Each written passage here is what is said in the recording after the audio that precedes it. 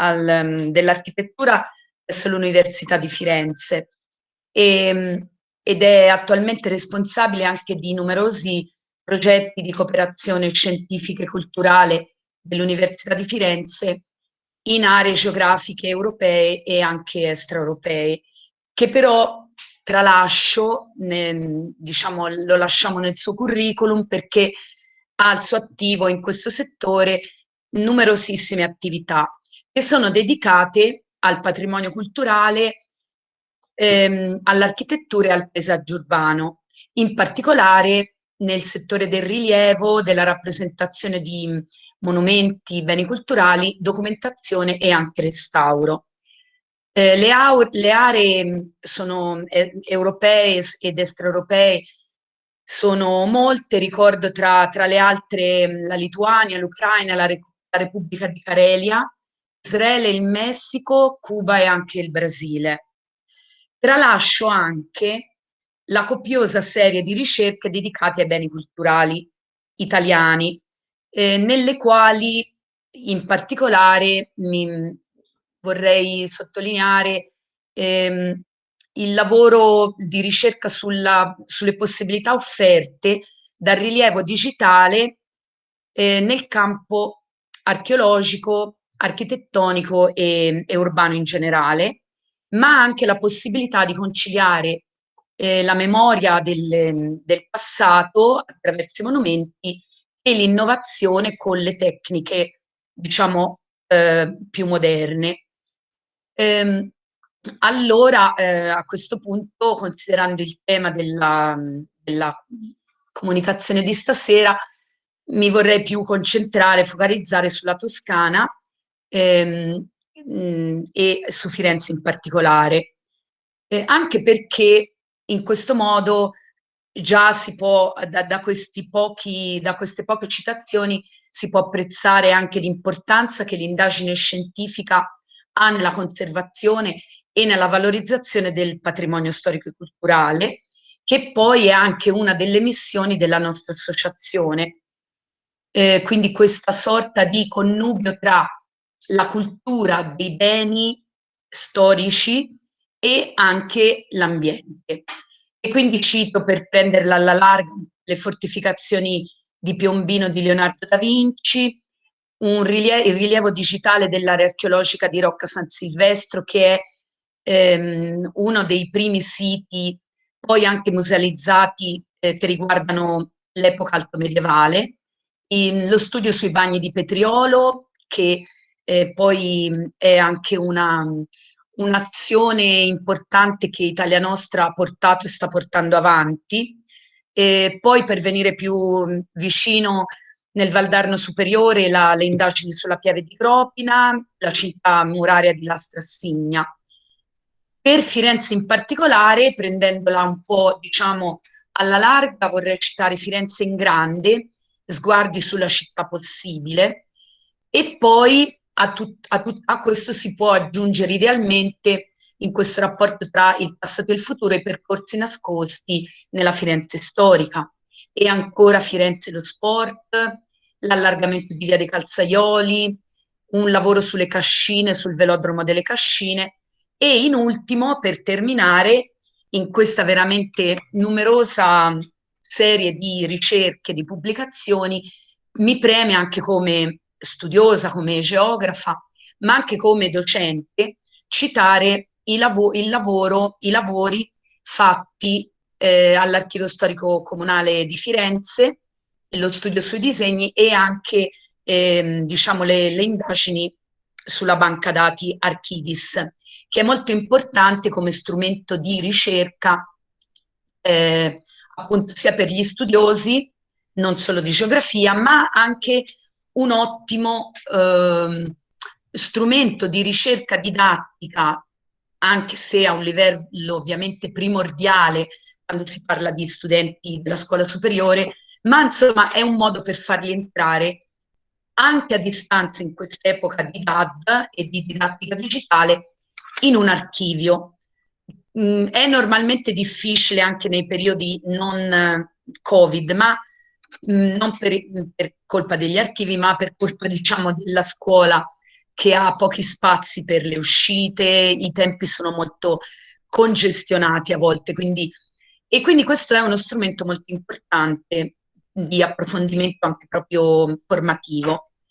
E con questo do la parola a Stefano e vi ringrazio dell'attenzione. Eccoci. Allora, intanto grazie della bellissima presentazione, che dire, ecco. Però insomma le mie prime parole vogliono essere subito di supporto alla vicenda di Leonardo, perché veramente è stata una cosa, a parte la vicinanza e l'amicizia, ma insomma trovarsi invischiato, veramente invischiato in queste faccende di minacce, eccetera, veramente una barbarie. Nella presentazione che vi faccio oggi c'è un riferimento ad una delle prime vicende ambientaliste che hanno coinvolto la nostra città, tutta la faccenda della demolizione del centro storico, no? Dove ci fu una lunga querela sulla stampa nazionale e internazionale proprio su questo aspetto. Bene, ora venendo alla nostra conferenza, cerco di condividere lo schermo.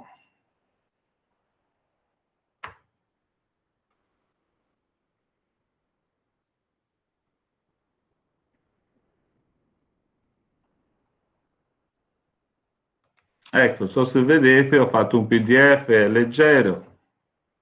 Si vede bene? Sì, sì.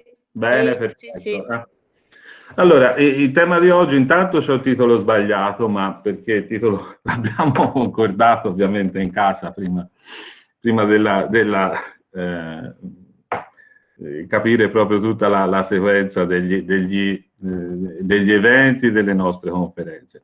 Io mi concentrerò principalmente nella seconda parte dell'Ottocento, proprio perché da un lato tratto un lavoro che ho fatto con l'Archivio Alinari, rimanendo in tema con gli archivi fiorentini, e dall'altro poi ovviamente l'Archivio Alinari copre anche molto del Novecento, però ovviamente questi discorsi verranno ripresi poi dopo dalle conferenze successive, credo. Quindi non ho voluto invadere il Novecento. Per l'Ottocento però mi attaccherò alla presentazione della Gabriella Orefice, perché le prime immagini, i primi lavori dei fratelli Alinari proprio partono, loro hanno la fondazione dell'Istituto Fotografico del 1852, quindi l'idea della conversazione di oggi è proprio quella di aprire una finestra, una macchina, una sorta di macchina del tempo, no? Per andare a vedere quello che è successo. Perché dico per andare a vedere quello che è successo? Perché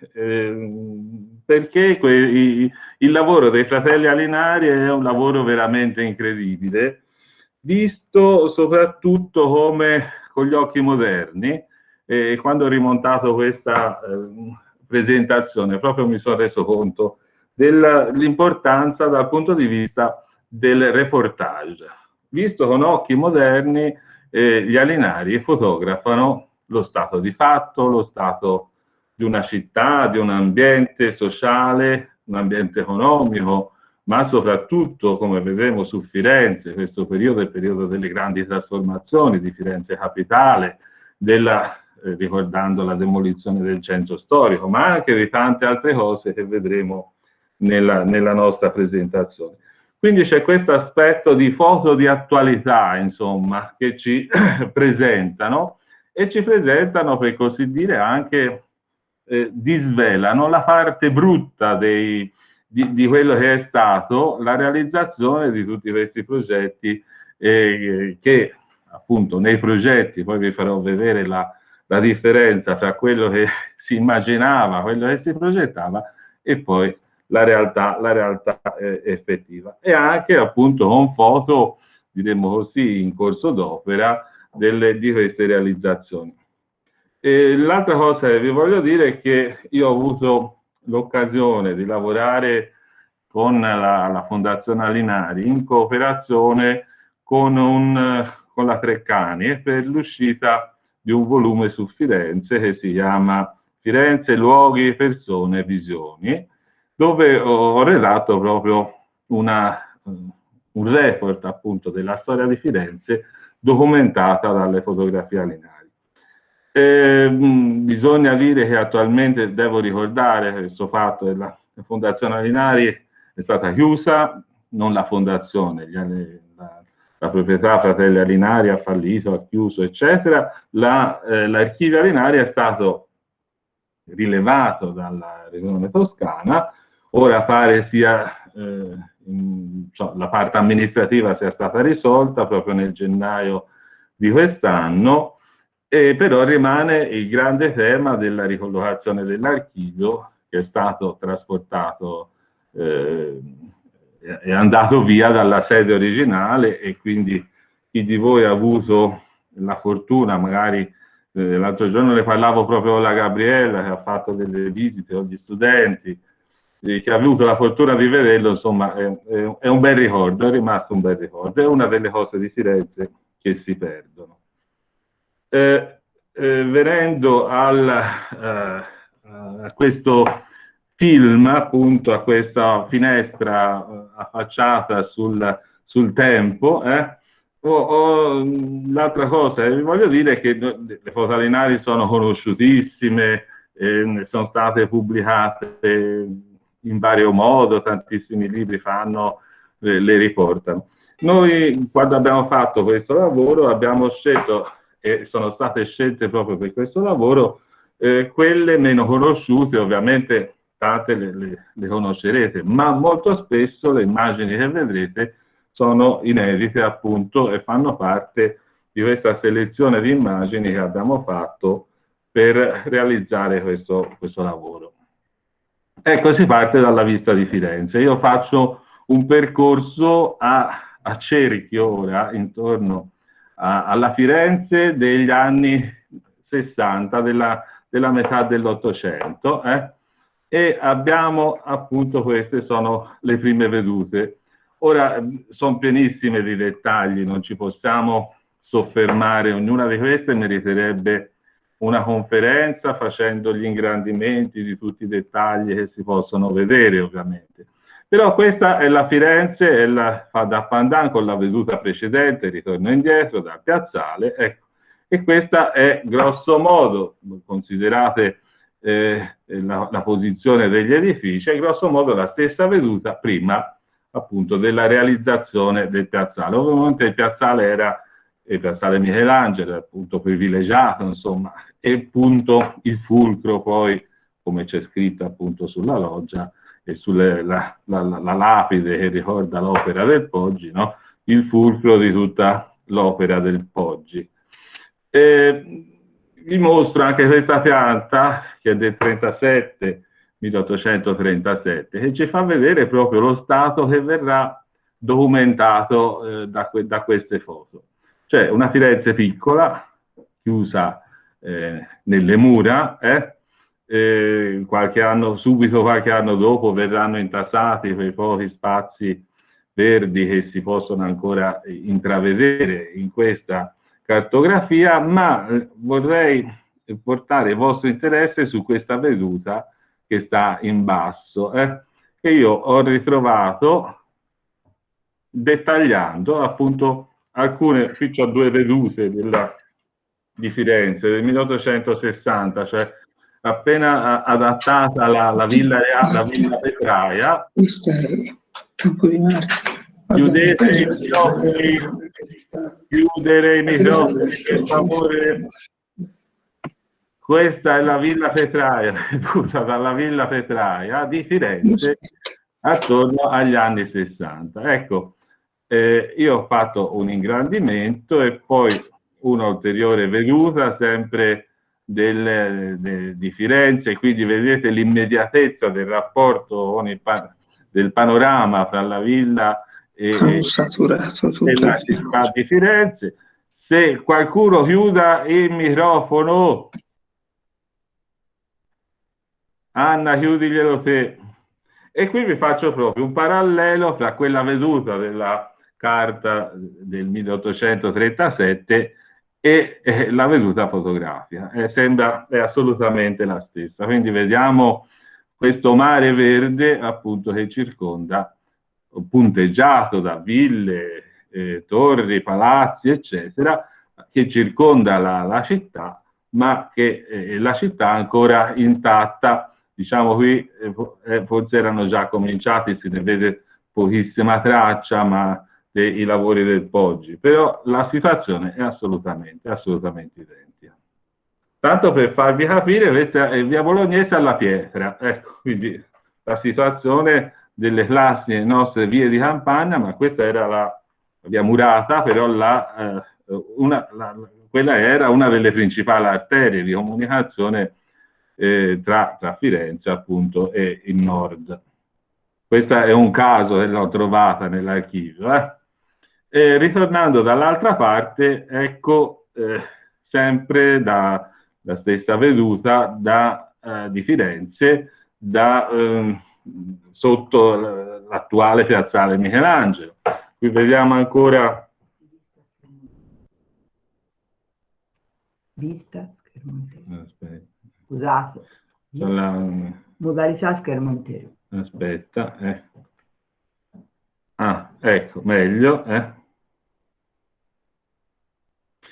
Ecco, qui vedete la nostra città, appunto. Anche qui si vede il controcampo, sempre parlando di territorio, con quest'occhio un po' al territorio del Valdarno, il territorio immediatamente vicino alla città. Vedete che il controcampo dietro il Duomo, dietro Palazzo Vecchio, insomma, subito appare il verde, sullo sfondo passa la via Vittorio Emanuele, poi Montemorello, insomma l'attuale Montemorello, la Calvana sullo sfondo. Tutto è un paesaggio appunto agricolo immerso appunto nel verde. Stessa visuale con le mura che qui si vedono con i merli tamponati ancora, quindi dell'assetto proprio ottocentesco, e il mondo agricolo che raggiunge in qualche modo la città sempre dallo stesso lato. Tante di cui si vede Fiesole, eccetera, quindi tante di queste immagini sono veramente interessanti perché ci aprono una finestra appunto sul passato e ci portano direttamente alla metà del secolo. Ecco anche qui la San Miniato al Monte, ecco, con prima dei lavori di tanti dei nostri monumenti, insomma, come sapete, sono dei restauri, diciamolo così, senza esprimere giudizi, sono dei restauri e delle, insomma, come dire, parziali ricostruzioni, poi ne vedremo tanti. Ecco, questo, soprattutto il palazzo attiguo alla chiesa, la chiesa era completamente chiusa dentro una fortezza che, eccola qui si vedono i bastioni, che completava il sistema delle difese, e qui sotto si vede, sotto Montalle Croci, uno dei bastioni che facevano parte delle opere realizzate da Michelangelo per la difesa di Firenze in occasione dell'assedio del 1530. Quindi abbiamo veramente anche qui aperto una visione. Qui c'è la garetta d'angolo sul bastione e qui siamo proprio nella parte che ora è occupata dal cimitero. Per farvi capire, subito dopo l'intervento del Poggi, e qui si vede insomma proprio la prima realizzazione dei viali e la piantumazione dei viali nelle sue prime fasi, la stessa veduta come subito cambia, e poi cambierà ancora proprio con l'allestimento del cimitero monumentale. Questa invece è la parte del Bobolino, con la scuola l'attuale scuola d'arte o scuderie reali di Porta Romana. Il verde nasconde chiude appunto le mura che fanno parte del Giardino di Bovoli, si vede la serra del Giardino di Bovoli, e quindi siamo anche qui in un ambiente periurbano. Subito dopo gli interventi del Poggi sono già i viale del Bovolino, appunto, che sale, e la città. La città è il centro in particolare, quello che più colpisce in queste immagini, no? Colpisce perché tutti noi sappiamo che ci sono oggi, sembra uguale, ma in realtà ci sono delle ferite difficilmente rimarginabili. Tutta la parte che vedete sulla sinistra dell'immagine, accanto a Ponte Vecchio, tutta questa parte che vedete sulla sinistra è andata perduta con la guerra. E qui vedete la chiesa di Santo Stefano al Ponte, e poi chi vi parlerà, appunto, se se ne potrà parlare poi nelle successive conferenze, vedrete quello che appunto la guerra, le mine hanno portato via, oltre ai ponti ovviamente, in questa zona. E ecco un'altra veduta dei nostri ponti, sempre della città, e qui si cominciano a notare le differenze. Intanto i ponti sono solo, giù ne manca uno ovviamente, perché c'è Ponte alla Carraia, c'è Ponte Vecchio e il Ponte alle Grazie, con le famose casine degli eremiti, delle murate, e poi fondarono, una volta espulse da qui, erano celle relative al convento delle murate, appunto, che poi furono demolite, appunto, per l'allargamento del ponte. Scusate, ho fatto un PDF, è andato troppo veloce. E questa è la situazione inversa, cioè il ponte con gli eremi, le casine sulle file, e questa è una documentazione interessantissima, perché ne ho trovate pochissime di immagini. Qui si vede tutto quello che era il Lungarno Torrigiani, che non c'era ovviamente, e che è stato occultato poi dalla sistemazione del Lungarno e dalla piazza Demidov in questo caso, con la sistemazione invece di tutte le quartiere, le Mulina di San Niccolò. Quindi vedete il muro, l'altro aspetto fondamentale che poi vedremo poi alla fine del rapporto di questa città col fiume, è che le fortificazioni si estendevano anche lungo il fiume, perché ovviamente veniva difeso principalmente dai due lati fino al ponte alle Grazie, e di là fino al Ponte alla Carraia dalla parte opposta. In contemporanea si vede Monte alle Croci, ecco, con la salita di Monte alle Croci, prima della realizzazione di Piazzale Michelangelo, e qui vediamo il San Miniato come l'abbiamo visto nella prima immagine, ancora nella sua forma tardo ottocentesca, appunto priva delle scalinate, di tutte. Invece la spianata è quella della fortificazione, della fortezza. Ovviamente si potrebbero leggere infiniti dettagli, io ve ne racconto solo alcuni, perché volutamente tralascio tantissime informazioni che queste foto, ripeto, ognuna ci porterebbe a raccontare situazioni specifiche e situazioni di edifici che oggi non ci sono più, o modifiche. In questo caso qui si vede tutto l'apparato di Santa Rosa con la ciminiera del Pignone, della fonderia del Pignone, anche qui. Quindi tutte cose appunto che oggi appunto non abbiamo più. Sempre un'immagine del centro, questa soprattutto per farvi vedere, per concludere questo itinerario degli dintorni di Firenze, e qui vediamo Fiesole, Montececeri, Montemorello, le propaggini di Montemorello, e sullo sfondo Montesenario, che domina.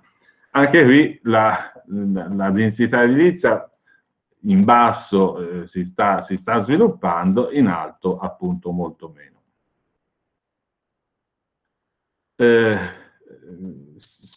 La piazza Signoria, sempre sullo stesso tema, quello che mi ricordo che quello che ho cercato di farvi vedere è proprio, sono immagini che si sono poco viste, o molto spesso sono inedite questa parte. Anche qui vediamo poi le parti che si sono perse poi durante la guerra, tutta via Por Santa Maria, no? Tutte queste case che si addossano all'Arno, le torri, eccetera, che sono andate distrutte appunto durante la guerra. Qualche immagine delle mura, perché saranno le prime vittime di questa dell'ampliamento della città dovuto al trasferimento della capitale, no?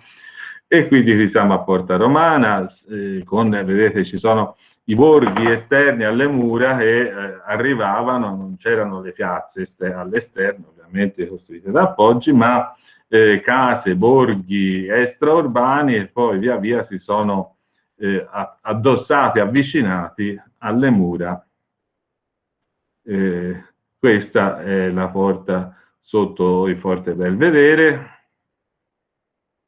in una versione oggi è stata restaurata, demolita per la parte sottostante. Questa è la porta San Nicolò con le guardie del Dazio, con gli uffici del Dazio, che non la porta San Nicolò, l'altra, quella che va su al Monte alle Croci, esiste ancora, però non in questa forma. Qui comincia la salita e si vede la salita, questa esiste ancora, che va su al Monte alle Croci, e sullo sfondo appare San Miniato. Torrino del Maglio, questo l'avete visto tante volte, uno dei torrini era un sistema dell'acquedotto, una torre piezometrica appunto, che stava in fondo nel quartiere del Maglio, via della Mattonaia, eccetera. Questo è l'interno invece di Porta San Gallo, con stalle, strutture per... anche questa, la loggia è per il dazio, appunto per pagare il dazio quando si entrava in città, con strutture provvisionali. Qui sembra proprio di essere in campagna, c'è carri con il fieno, eccetera. Qui invece siamo fuori Porta Prato, con anche questa prima della costruzione dei viali, appunto vediamo ancora le mura completamente in piedi, e invece queste strutture di cavallerizza, appunto dovute ovviamente sia per usi militari sia per usi civili, eccetera. Fuori della porta appunto c'erano insomma tutte le strutture che oggi sarebbero TNT, eccetera, che ti portano trasporti appunto a livello urbano e a livello regionale. Arriviamo alla metà del secolo.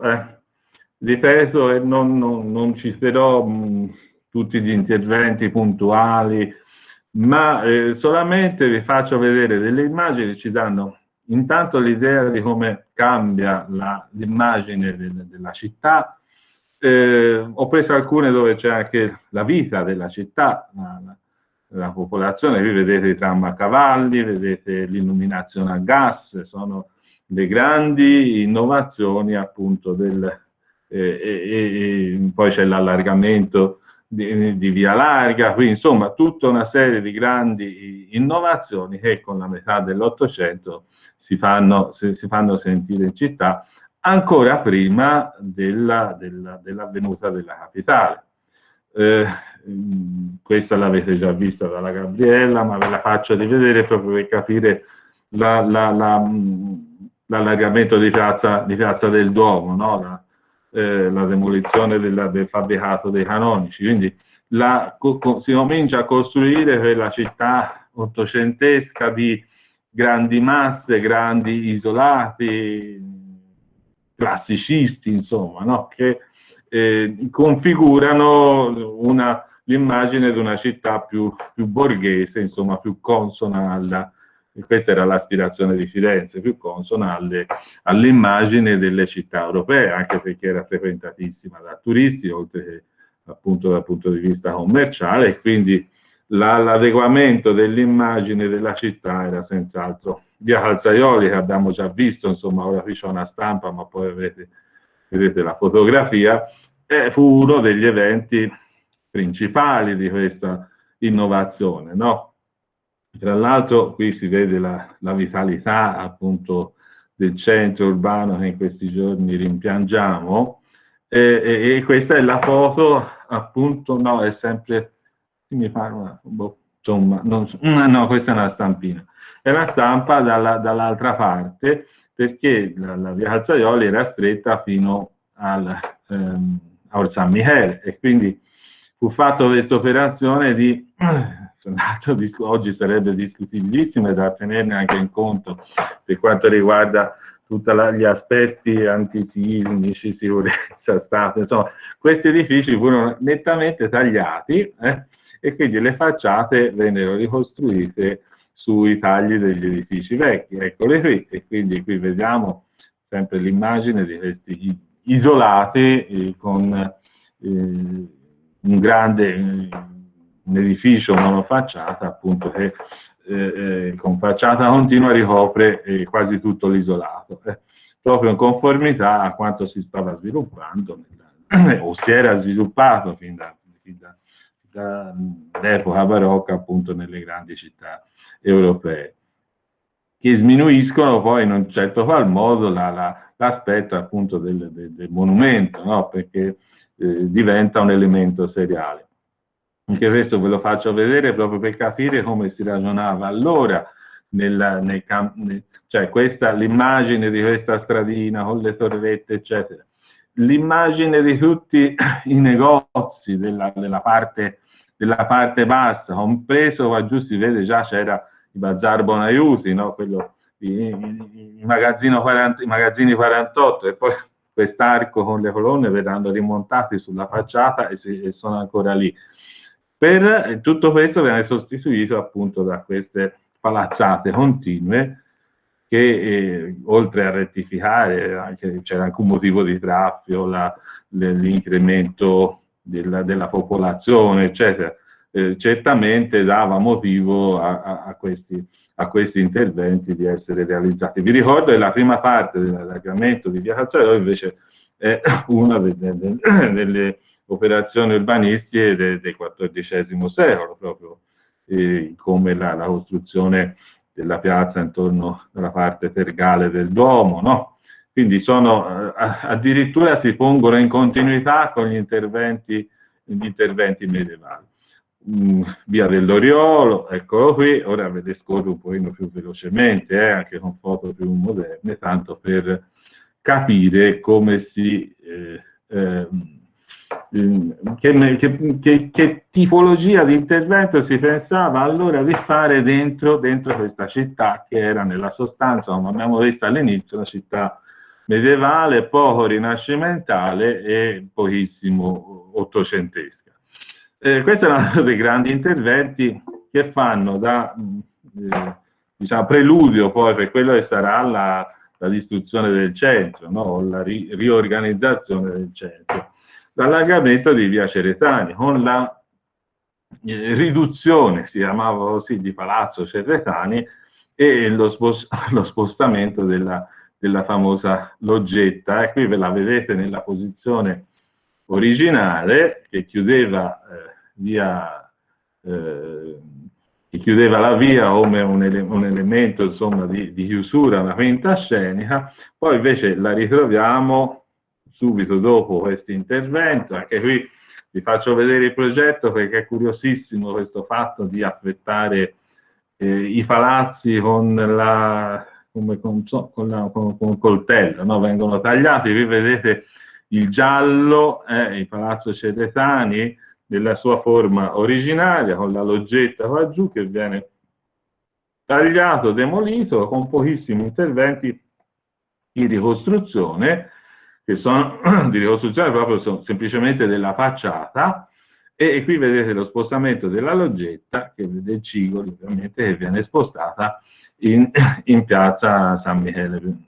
Quindi c'è proprio una mentalità, insomma, che si costituisce in città su come insomma la città si possa affettare col coltello. Ecco, questo mi preme. Qui vedete il lavoro finito, il palazzo non ha ancora le finestre, però finalmente la via Tornabuoni, la via diritta, rinascimentale, insomma, si proseguono questi interventi e si ritengono anche rinascimentali, tra virgolette, per completare l'immagine della città come appunto non è mai stata. Vi faccio vedere anche la parte di Piazza Strozzi, perché questa dopo invece sarà interessata, questa è le due vedute, no? Sarà interessata appunto dall'altro gruppo di lavori che sarà proprio la demolizione del centro con la realizzazione dell'attuale piazza della Repubblica. L'isolamento, l'allargamento delle strade intorno a Palazzo Strozzi fu proprio una delle principali appunto motivi di questo cominciare ad affettare la città. Ovviamente invece lo sviluppo della città l'abbiamo già visto nella conferenza della Gabriella Orefice, però vi faccio vedere come poi insomma a fondo questa mentalità continua, perché si demoliscono parti, si vanno a costruire appunto le nuove piazze con il verde, con l'idea di costruire dei giardini per il pubblico passeggio, e poi vedremo verrà ripresa appunto dal piano Poggi. Ancora la città è murata, sta dentro le mura e si va a intasare appunto questi, come vi dicevo, questo è il quartiere di Barbano, e ecco alcune delle foto sono impietose, no? Perché documentano questa città. Qui c'è Piazza d'Azeglio che si sta costruendo, come si sono demolite alcune parti, si fanno le grandi casermoni, forse case popolari, eccetera, e come si va a occupare un terreno. Vi vedete proprio la struttura agricola dei campi che ancora sopravvive e viene coperta dalle strade, dalle nuove costruzioni. L'altra parte che si copre, che si sviluppa, l'abbiamo già vista, questa non all'interno delle mura ma fuori dalle mura, è la parte del quartiere delle Cascine. Qui vediamo, Gabriella ce l'ha fatta vedere, Canale Macimante. Questo è un progetto per fare bagni pubblici, perché si pensava anche ovviamente di dotare in questa evoluzione c'è tutta la problematica di dotare la città di servizi, e sono i bagni, i macelli pubblici che vennero costruiti dall'altra parte, non i macelli che sono stati fatti poi nella fine dell'Ottocento in via Circondaria, ma qui nel Lungarno del Pignone furono fatti i macelli urbani. Qui vediamo appunto il rapporto della città con le Cascine, quindi questo è un primo quartiere aperto, diciamo così, perché afferiva direttamente al Parco delle Cascine, e in questo caso venne fatta la prima demolizione del tratto di mura, perché anche qui, come abbiamo visto nella parte a monte del fiume, le mura chiudevano questa parte, era il giardino della Vagaloggia, e c'era una postierla appunto per accedere a quest'area della città, e questo è Villa Favard, eccetera. Poi ci sono le infrastrutture, la stazione Leopolda, insomma, della quale abbiamo già parlato, però ve le faccio vedere proprio per capire come si incomincia a risicare lo spazio all'interno. La Leopolda è fuori, ma la Maria Antonia è proprio dentro. La stazione centrale appunto è proprio dentro la città, e si risicano tutti gli orti di Santa Maria Novella, rubando dei pezzi a via Valfonda, e poi successivamente questa è la piazza della stazione nel momento della stazione di Maria Antonia, quindi anche questo, tutta la parte sinistra poi verrà appunto demolita per la costruzione della nuova stazione centrale. Eccoci a Firenze Capitale. Tralascio le motivazioni storiche di questa questo trasferimento, ma mi preme sottolineare e farvi vedere qual è il metodo, insomma, che viene adottato. Questa è una delle ipotesi, delle prime ipotesi del piano, con la fotografia è brutta, ma insomma si capisce che c'è il primo intento è quello di sistemare la rete ferroviaria. Qui vedete c'è addirittura la variante che passava fuori Porta alla Croce, c'era la stazione vicino a Piazza Beccaria, che poi viene trasformata, viene spostata questo ramo della ferrovia come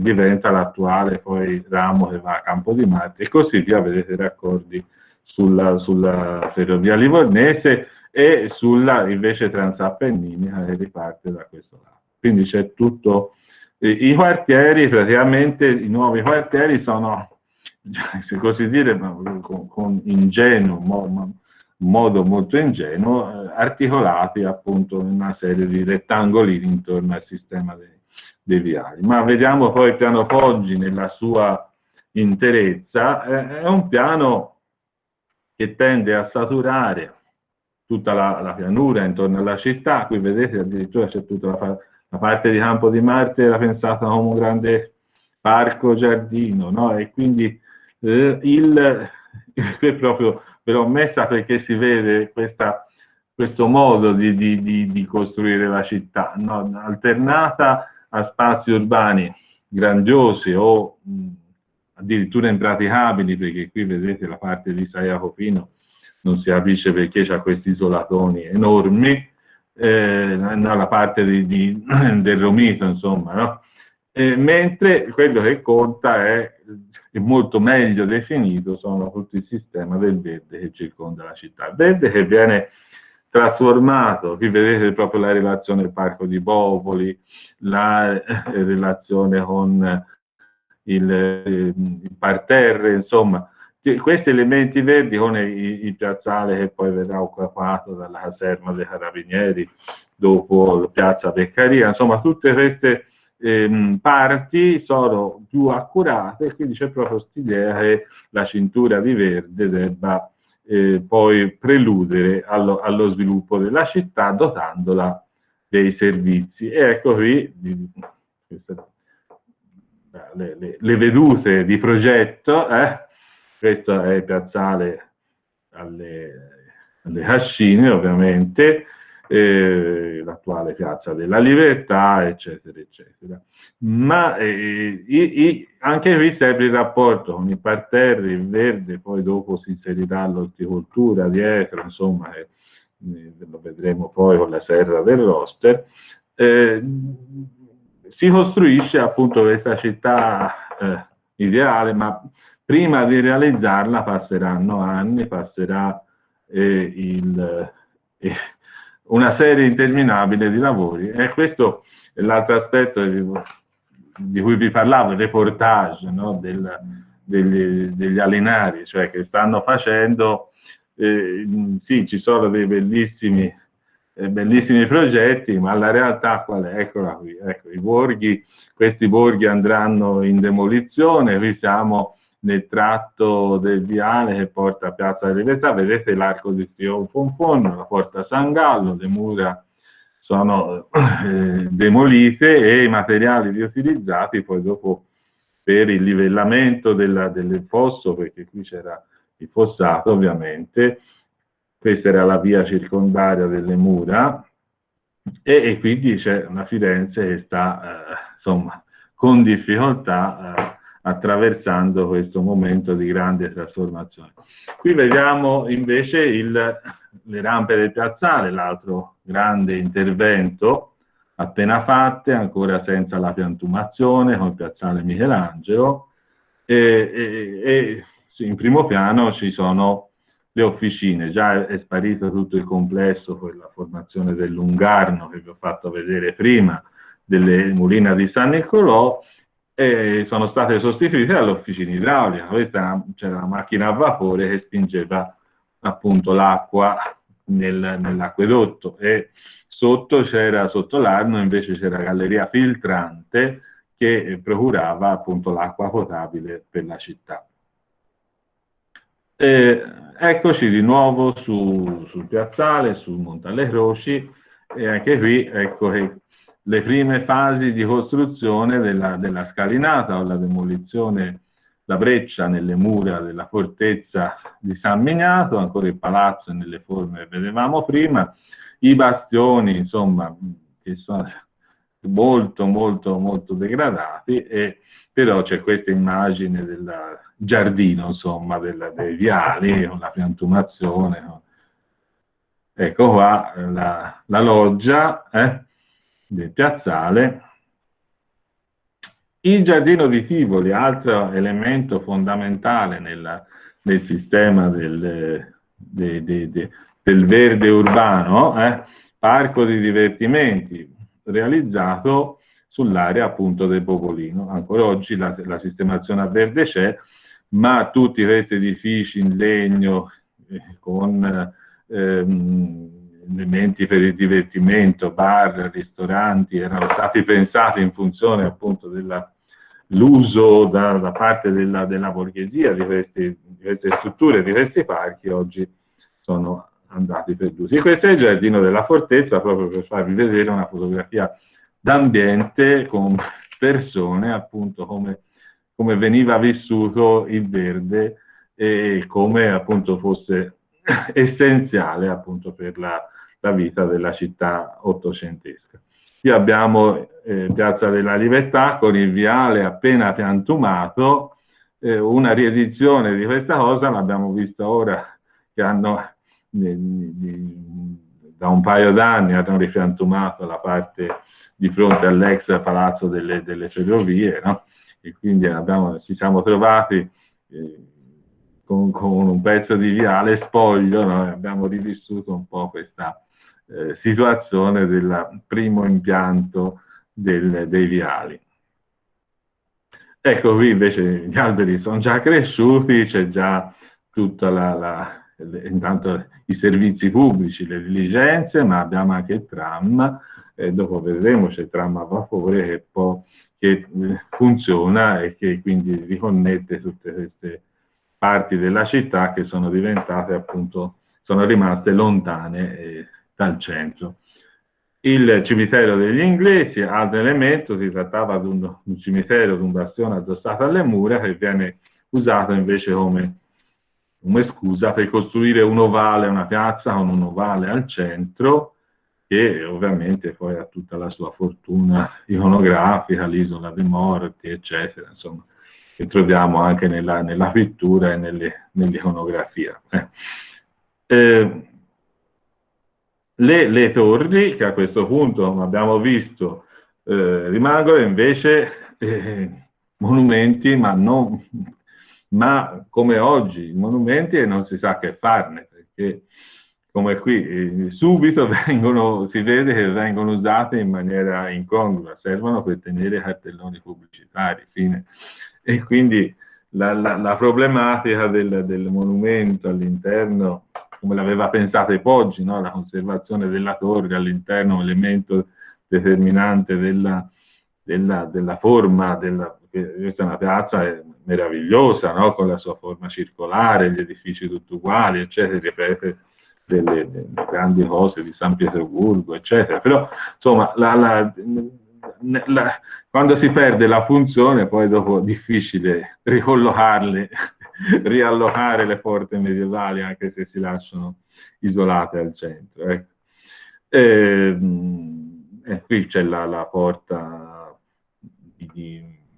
romana, appunto, con la sua vitalità all'esterno e i gabbiotti per la riscossione del dazio.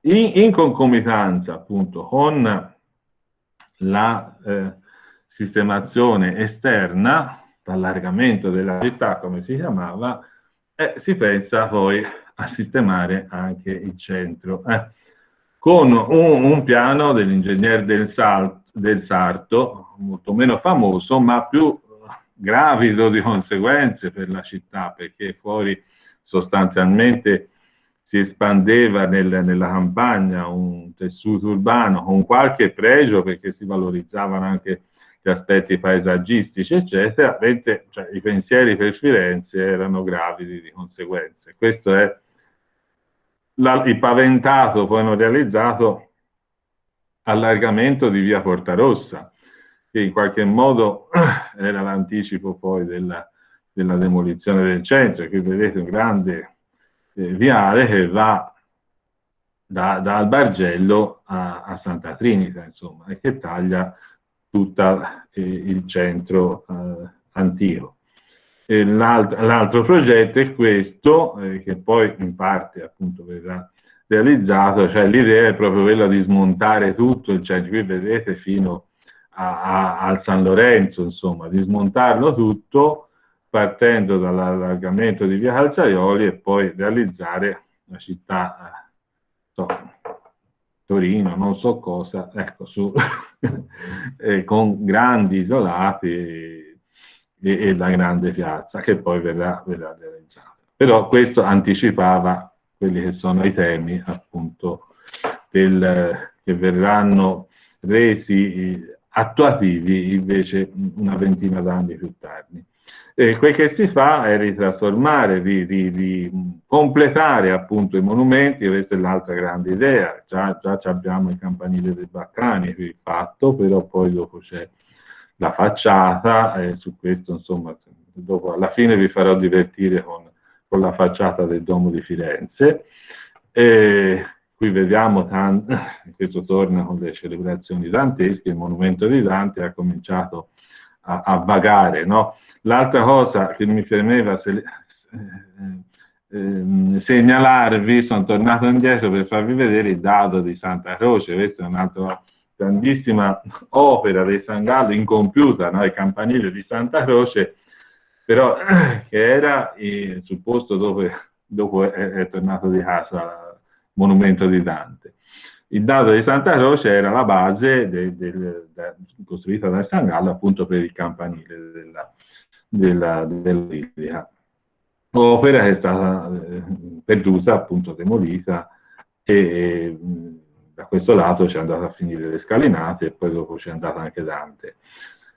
Si vede un lato interessante. Qui vediamo la festa per l'inaugurazione appunto e contemporaneamente si pensa a sistemare tutto il convento, no? Qui vedete viene allargato l'inchiostro davanti alla Cappella Pazzi, no? Quindi vedete quanto era occupato da costruzioni, in questo caso anche qui una foto di attualità, insomma un reportage, ecco, sempre di come le cose stanno cambiando, fatto dai fratelli Alinari.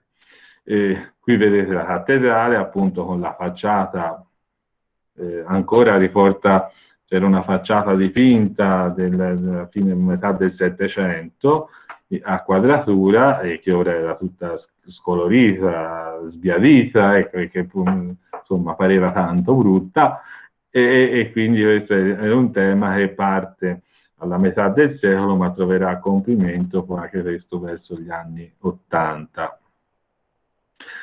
Santa Maria Novella, che qui è una parte sacrificata dell'intorno della basilica, per l'allargamento di Via degli Avelli, e qui lo vediamo in una fase successiva. Era un chiostro, era da questo lato, ovviamente per l'allargamento di Via degli Avelli, dove sono stati ricostruiti gli avelli, appunto, quelli attualmente ci sono. Già vediamo anche le trasformazioni, le finestrone della chiesa, che sono tutte diverse appunto da quelle gotiche che ci mostrano attualmente. La facciata di Santa Maria Novella, qui si vede tra le tante cose, insomma, la asimmetria dovuta alla mancanza della seconda voluta, no? Che poi invece fu rifatta. Qui c'era la seconda voluta a intonaco, invece poi è stata ricostruita a seguito poi a tutti. Qui vediamo gli avelli rifatti di nuovo. La piazza, che era una piazza destinata, ci sono i due obelischi, era il circo, il circo per nel senso proprio delle gare di cavalli, ecco, che poi invece qui diventa stazione del tram a vapore e dopo diventerà piazza Borghese, come la piazza del Santo Spirito. Anche qui vedete Santo Spirito dotato di una bellissima facciata dei primi dell'Ottocento, decorata. Queste facciate venivano poi ridecorate e rifatte in occasione delle feste, e stava molto meglio dell'attuale facciata gialla. E le piazze erano fatte per le feste, per manifestazioni popolari, cioè diventano invece giardini al modo della piazza d'Azeglio, al modo della piazza Barbano, eccetera. Qui vediamo il tram e la Badia Fiorentina, il Bargello, che sarà un altro dei temi di restauro, ripristino, dei grandi temi dei grandi restauri dell'Ottocento. Qui vediamo l'ospedale degli Innocenti. Vi prego di notare la grande loggia che abbiamo perduto all'ultimo piano dai restauri ottocenteschi. Piazza della Signoria, con la sua immagine rimasta pressoché uguale, il portico degli Uffizi, la Galleria degli Uffizi, con questa educatissima illuminazione e educatissima edicola che arreda appunto la piazza. Era stata da poco piazzale, era stato da poco dotato di tutte le statue dei grandi artisti nelle nicchie, riposte nelle nicchie del Vasari. La loggia, scusate, sono belle da vedere, anche perché hanno anche la loggia dell'Anzi, insomma, c'ha questo intanto la pochissima gente, la luce, insomma, queste foto sono meravigliose anche perché ci restituiscono proprio l'atmosfera, e soprattutto anche le cose che sono state smontate, spostate, levate, come la Giuditta, eccetera, eccetera. La loggia Ruscellai richiusa, un'altra immagine, appunto. Il Ponte Vecchio, ecco, insomma, immagini di vita con i calessi, immagini di vita che ci fanno proprio Palazzo Medici, ecco, ci fanno rivivere questo senso della, appunto, di reportage dei grandi fotografi alinari. Avevano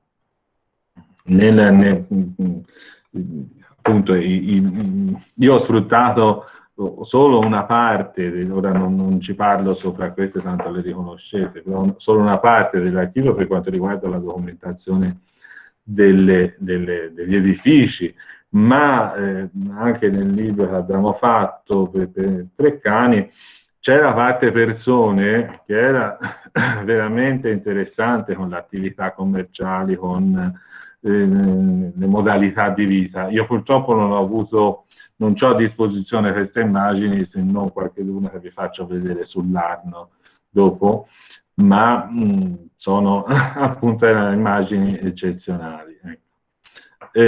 Bargello, si è già detto, cerco di velocizzare perché siamo in chiusura. Anche qui monumento che viene completamente trasformato nel restauro.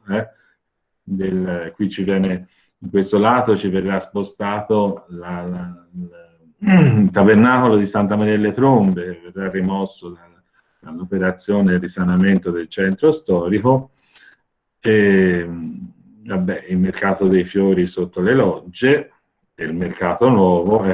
Ora ho dedicato invece una sezione proprio al rapporto della città con l'Arno, perché è questo che ho visto ovviamente interessato anche dal punto di vista storico-geografico, ma è interessante vedere proprio come il rapporto dentro la città con l'Arno cambia. Ecco quello che vi dicevo, le mura, no? Cioè l'Arno è un nemico dal quale bisogna difendersi dalle alluvioni. L'ultima è 1844, che porta appunto poi a tante conseguenze anche per quanto riguarda l'innovazione innovazioni apportate in città e l'incremento anche successivo di popolazione. Ma insomma la città è stretta fra queste due rive, i ponti, di quali ci ha già parlato la Gabriella nella scorsa conferenza. Prima la città costituiva anche il modo, passare in città era l'unico sistema per attraversare l'Arno. Invece nella prima metà dell'Ottocento vengono realizzati i ponti di ferro, ovviamente a pagamento, ovviamente a tariffa, e qui vediamo anche tutte le attività che si svolgono appunto sull'Arno, i Renaioli. E questo è l'altro ponte che è stato poi sostituito dal ponte a San Niccolò. Ecco qui, sempre parlando del rapporto sull'Arno, il Tiratoio, l'altro grande edificio che è stato demolito. E qui vedete una delle porte che davano accesso all'Arno, cioè dove c'erano le rampe, insomma, il muro del Lungarno si interrompeva e c'era una vera e propria porta per consentire l'accesso, e qui ci sono le lavandaie, le famose lavandaie, e anche i Renaioli sul lato opposto. Qui lo stesso, le barche, eccetera, tutto quello che abbiamo visto nella foto prima è andato perduto, e la costruzione invece della borsa merci che sostituisce completamente il fabbricato dei tiratoi. Ponte Vecchio, ecco, questo ve la faccio vedere proprio perché da sotto Ponte Vecchio si vede un altro pezzo di città perduta. Tutto questo, buona parte, insomma, fino a pochi edifici prima della chiesa, è andato perduto con le mine tedesche. Questo è l'altro versante di Ponte Vecchio, cioè le logge del Vasari, il corridoio vasariano, erano occupate da botteghe e abitazioni esattamente come Ponte Vecchio, anche queste non risultavano così gradevoli e decorose, per cui venne ripristinato l'aspetto cinquecentesco, inventandosi anche qualche cosa. Insomma, questo è come lo vediamo ora. Anche questa è una parte perduta. Qui siamo nella vicinanze di Palazzo Vecchio, con il palazzo, questo mi sembra Acciaioli, che abbiamo perduto completamente con le mine, e il Lungarno nella nuova versione di passeggio, con l'illuminazione a gas, con l'illuminazione pubblica. Ecco qui anche questo pezzo è andato perduto con le mine tedesche. Il Lungarno è stato ricostruito appunto nel dopoguerra, e quindi vi faccio vedere un altro Lungarno che abbiamo perduto, e tutta la parte relativa tra la Torre della Zecca e Santa Croce. Tutta questa parte che ora è occupata dalla Biblioteca Nazionale, la piazza il Lungarno e la piazza della Biblioteca Nazionale. Qui rimangono ancora i resti di una delle torri di guardia che si può far vedere, perché ripeto, il Lungarno era un prolungamento, il muro era un prolungamento delle mura, e il rapporto con l'Arno appunto era di questo tipo. E dopo, ecco, abbiamo il Lungarno completamente liberato, ricostruito, e quindi abbiamo il passeggio sul Lungarno, e qui anche un'altra delle particolarità, l'avete visto in tante foto, i teatri e i bagni e i barconi con la possibilità di teatro galleggiante o il caffè galleggiante che veniva spostato sull'Arno a seconda delle condizioni. Qui vediamo sempre i bagni, e questi sono bagni occasionali, appunto perché poi le fiene li portavano via. C'è barcaioli con le zucche per i pesciolini, che oltre all'arena raccattavano e pescavano pesciolini, e i bagni con le tende per dividere gli uomini dalle donne mentre si bagnavano, appunto. Stesso discorso abbiamo visto prima, tutta la parte delle Molina di San Niccolò e del ponte con le casine sulle pile del Ponte alle Grazie, e qui arriva la costruzione, vedete, tanto siamo a mezzo del Lungarno, quello che attualmente è Lungarno Torrigiani. Un arcone del Ponte alle Grazie fu inglobato dentro il Lungarno. Questo è uno dei grandi dilemmi, se riportarlo alla vista oppure no. Questo è l'allargamento sempre del Ponte alle Grazie, perché il primo intervento dopo la demolizione delle casine fu quello di costruire parapetti e allargamento per il traffico e per il passeggio in acciaio. Dall'altra parte, appunto, sempre gli aspetti delle piazze dell'uso appunto del Lungarno, il tram a vapore che arriva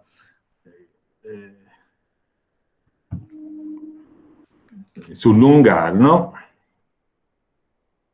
e l'altro grande momento di rapporto con l'Arno c'è alle Cascine, perché il Parco delle Cascine, con il pubblico passeggio, il giro delle carrozze, e quindi la vita fiorentina appunto si svolge appunto in questi parchi che il Poggi, oltre alle Cascine, appunto il Poggi ha pensato. Subito dopo la dipartita della capitale, il comune va in crisi, fallisce, e quindi si passa a trovare mezzi, sistemi per poter da un lato proseguire il piano Poggi, che ha ovviamente una crisi, perché un piano costruito con queste grandi, insomma, pretese e realizzato in 5 anni, proprio mentre doveva partire per quanto riguarda la parte remunerativa, cioè la costruzione che ho fatto vedere di quei grandi isolati extraurbani a fianco dei viali, quelli che oggi abbiamo, insomma, no? E quando doveva partire queste realizzazioni, la cosa si stoppava, non andava, perché appunto la capitale viene trasferita e il comune fallisce. Una delle grandi operazioni che vengono pensate è quella di proseguire con lo sventramento del centro. È questo che citavo in apertura, no? Uno degli eventi proprio che hanno portato grandi proteste. Questa è alcune immagini, e Carocci ci restituisce diciamo, sì, la visione di uno storico di questo piano, con gli edifici, vedete, fa rilievo perché viene incaricato di fare rilievo appunto di tutto il tessuto urbano, e vedete quello precedentemente a Carocci era già andato via, questo che vi faccio vedere, le beccherie, insomma, questo fabbricato che stava al centro della piazza di mercato, vicino alla colonnina dell'Abbondanza, e sullo sfondo, questa è la loggia del pesce che si vede sullo sfondo di questo dipinto seicentesco.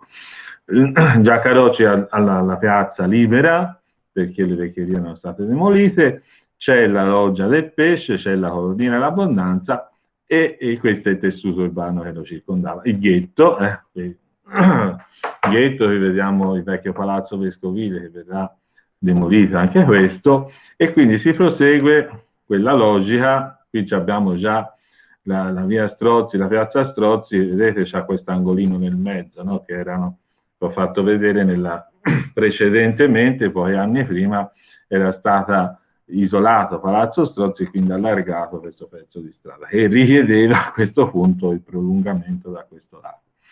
In nero sono indicati gli edifici da salvare, secondo appunto i criteri, caratteri di edilizia più pregevole, che non sto a sottolineare quali sono, ma vi faccio vedere un lavoro che abbiamo fatto in facoltà.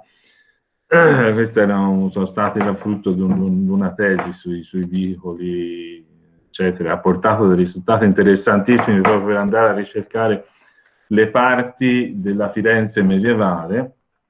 Questa è riportata sulla planimetria attuale, praticamente la pianta dei Carocci, con, vedete, in grigio qua gli interventi già realizzati, quello della demolizione delle case dei Canonaci, dell'allargamento di via Panzani Cerretani, qui ancora non ho riportato l'allargamento di via Calzaioli e l'isolamento appunto di Palazzo Strozzi. Quella che si trova ai Carocci è questa situazione qui, cioè dove già siamo in Palazzo Strozzi isolato e le strade allargate via Tornabuoni, via Cerretani, Piazza del Duomo, eccetera. Mancava da completare, vedremo dopo, l'abbattimento appunto del Palazzo Vescovile, vedete che Piazza San Giovanni è piccolissima, e la riduzione appunto del centro di Firenze. Vi faccio vedere, è impressionante, perlomeno per me, ecco, la sovrapposizione ora, dopo c'è la sovrapposizione con lo stato attuale. La Loggia del Pesce nella sua conformazione originale, la colonnina dell'abbondanza, appunto, anche questa è proprio documentazione, su questa ce n'è, per esempio, nell'archivio storico comune è confluito il fondo Baccani, il fondo di un altro fotografo, che si curò tantissimo della documentazione dell'antico centro che veniva distrutto. Qui vediamo, queste però sono solo alinari, sono alinari addirittura colorate con le chine. Qui vediamo sulla sinistra il tabernacolo di Santa Maria delle Trombe, dietro, accanto alla colonnina dell'abbondanza, che verrà poi rimontato, spostato e rimontato al Palazzo dell'Arte della Lana. Ecco qui controcampo, qui vedete il tessuto edilizio sul lato invece verso Piazza del Duomo, si vede l'affaccio del ghetto, con ovviamente era chiuso, il ghetto era tra l'altro era un edificio che aveva progettato Buontalenti in parte, per cui la piazza del ghetto con la fonte, e queste sono opere che, vedete il realismo, iperrealismo dell'opera pittoria, i borbottoni eccetera, con invece la assoluta somiglianza con questo basso napoletano che è il centro di Firenze, mi viene in mente il paragone basso napoletano per gli altarini, i gradini, le statue, le vendite di stampine di santi, eccetera, no? Che proprio richiamano e ci danno l'idea di questo centro, appunto. Ecco quello che avvenne subito, l'inaugurazione di dello sventramento del centro, proprio ancora prima di averci costruito qualcosa, venne messo il monumento. E ora il monumento a Vittorio Emanuele è in castigo, non si sa perché, nel Parco delle Cascine, ancora più castigato dalla tranvia che lo lambisce e che ha tagliato fuori praticamente il Parco delle Cascine dalla connessione con la città. Ma questo è un altro problema che dovrà essere affrontato. Questa è la demolizione del Palazzo Vescovile. La facciata sulla piazza era la facciata fatta dal Dosio, che era stata applicata sull'antico Palazzo Vescovino, un palazzo alto medievale, che stava vicino alla porta romana, alla porta nord della Cinta Romana, proprio sull'angolo opposto. E quindi qui vediamo addirittura la riscoperta qui in basso, vedete c'è una bifora. I pezzi che venivano scoperti durante le demolizioni, pezzi insomma venivano ritenuti importanti o in qualche modo pezzi opere d'arte, vennero riportati e sono stati rimontati. Se vi capita di andarla a vedere, nel Museo di San Marco trovate questa bifora, questa è una bifora del 200, con un'interessante decorazione a mattoni. Ecco quindi quello che è successo sulla sovrapposizione sulla carta, La base di questo è sempre Carocci, con l'individuazione, i nomi dei palazzi, degli edifici, delle proprietà delle famiglie, e questo è quello che abbiamo ottenuto con il risanamento del centro. Vedete esattamente la sovrapposizione degli grandi isolati regolari sopra la maglia del centro antico, era romano, eccetera, eccetera. Su questo trovate tantissime. In quell'occasione furono rinvenuti anche tutti i reperti dell'antico centro urbano. Infatti qui era il Campidoglio, la piazza principale con i Campidoglio della città romana, della Florenzia romana.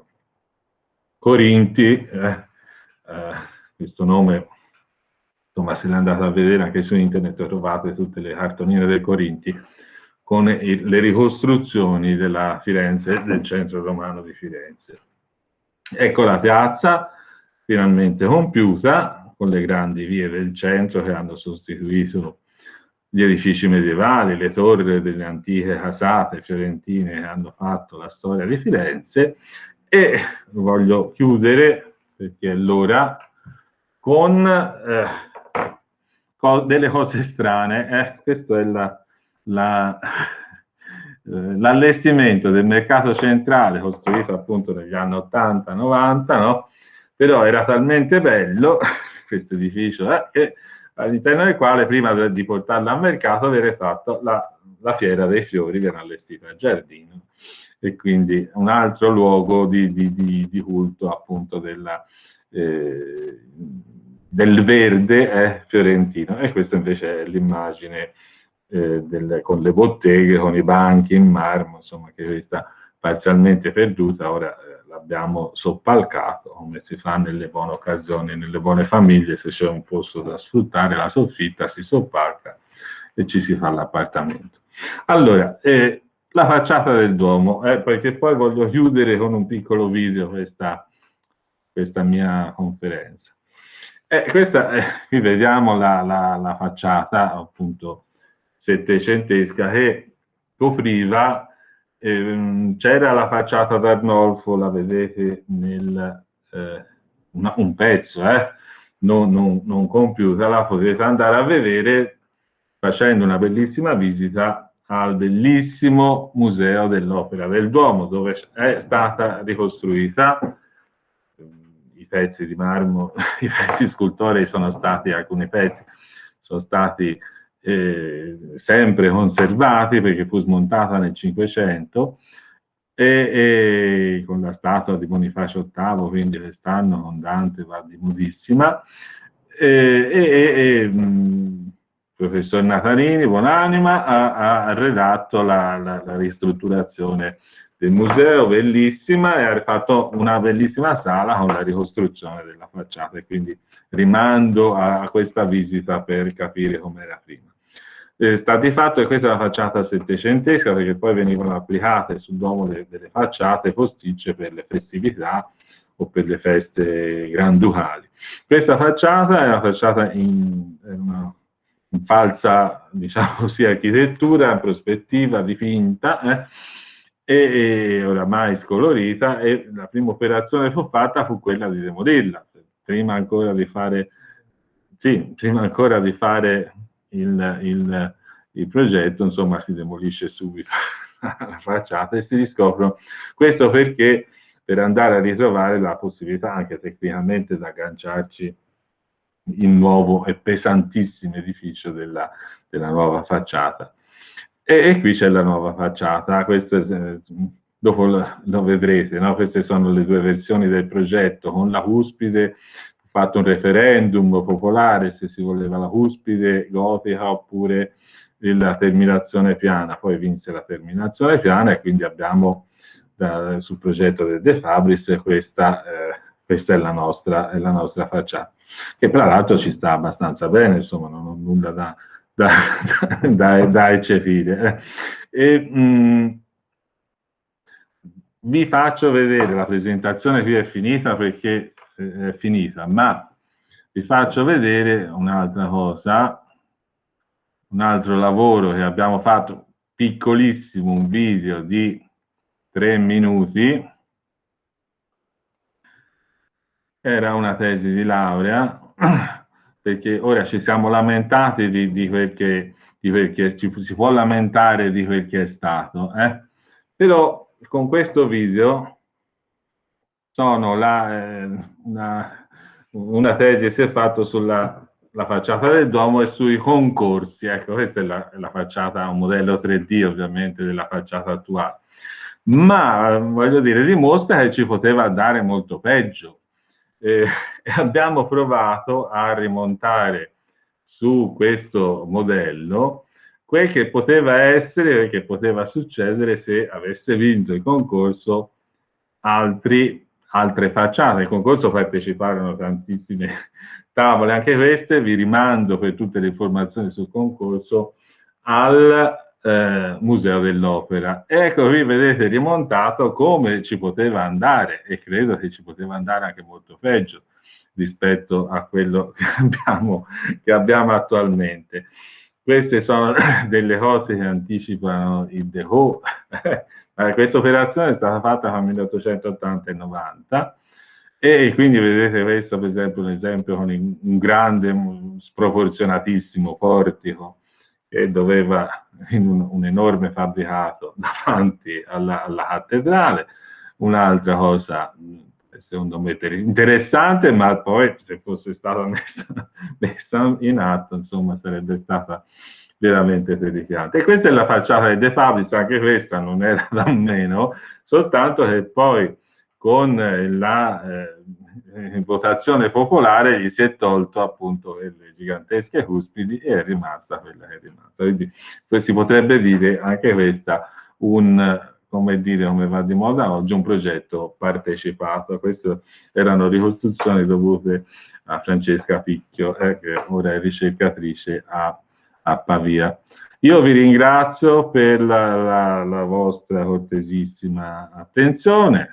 Rimango ovviamente a disposizione di poche domande perché l'ho tirata lunga e appunto rimango in attesa. Allora, grazie Stefano. Saida, parli te? Vai. Sì. Allora, io appunto ringrazio tutte le persone che hanno seguito, e siamo ancora tanti, come potete vedere dal numerino. Credo che... Stefano, interrompi la presentazione. Grazie. Credo che quello che abbiamo visto è molto interessante, perché quelle foto ovviamente sono nell'archivio, si possono vedere, però insomma così è più comodo, no? Che qualcuno non solo ce le spiega, ma io alcune di queste immagini proprio non sapevo che esistevano.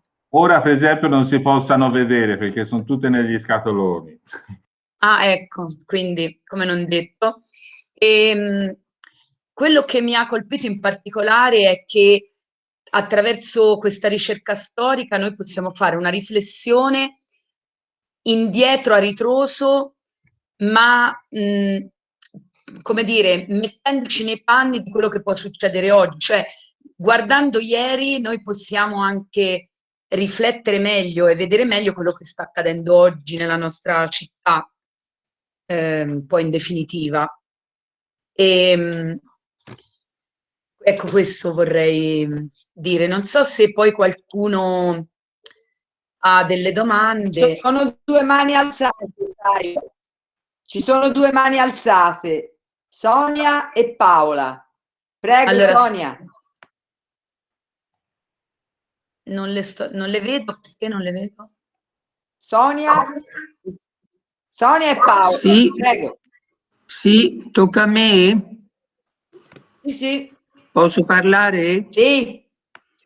Grazie. Ma mi viene istintivo di dire meno male che c'è stata Portapia, perché i guasti sono stati abbastanza. E chiedo al nostro relatore se può essere corretto come dire, un mio modo di pensare, che forse potrebbe essere antistorico, quindi chiedo una valutazione a lui.